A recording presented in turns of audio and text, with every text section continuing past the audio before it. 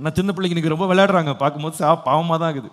இந்த சந்தில் பூந்து அந்த சந்தில் பூந்து அங்கே மறைஞ்சு இங்கே மறைஞ்சு, சர்ச்சில் கூட முக்காடு போடாத ஆளெல்லாம் முழு முக்காடு போட்டு கண்ணு மட்டும் காமிச்சு பைக்கில் பாஞ்சிக்கிட்டு போகும்போது, ஏன்பா உனக்கு இந்த பாடு, நல்ல காத்தோட்டமாக ஃப்ரீயாக போகலாம், இதுக்கு பின்னால் என்னென்ன பாடு இருக்குன்னு உனக்கு தெரியாமல் இப்படி பாஞ்சிக்கிட்டு போறியாப்பான்னு பாவமாக தான் இருக்கு, பரிதாபமாக இருக்கு. இப்படி வளைச்சு அப்படி வளைச்சு ஓட்டும் போது ஆண்டவா அப்படின்னு தான் ஜெபிக்க தோணுது. சில பேர் மறைஞ்சு ஒளிஞ்சு கடிதம் கொடுத்து அப்படி பண்ணி இப்படி பண்ணி எல்லாம் முடிஞ்சு ஓஞ்சு கல்யாணம்னு முடிஞ்ச பிறகு அவங்க நினைக்கிறாங்க இன்றையிலிருந்து சொர்க்கம் துவங்குகிறது, சொர்க்க வாசல் திறக்கிறது. நான் பார்த்த வரைக்கும் திறந்தவங்களுக்கு சொர்க்கம் தெரியல.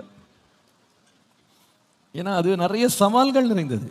எவ்வளோ பாடு, உபத்திரவம், கஷ்டங்கள், துன்பங்கள், பாரங்கள் நிறைஞ்சது தான் என்னது சொல்லுங்க. அதாங்க உண்மை, நிஜ வாழ்க்கை தாங்க.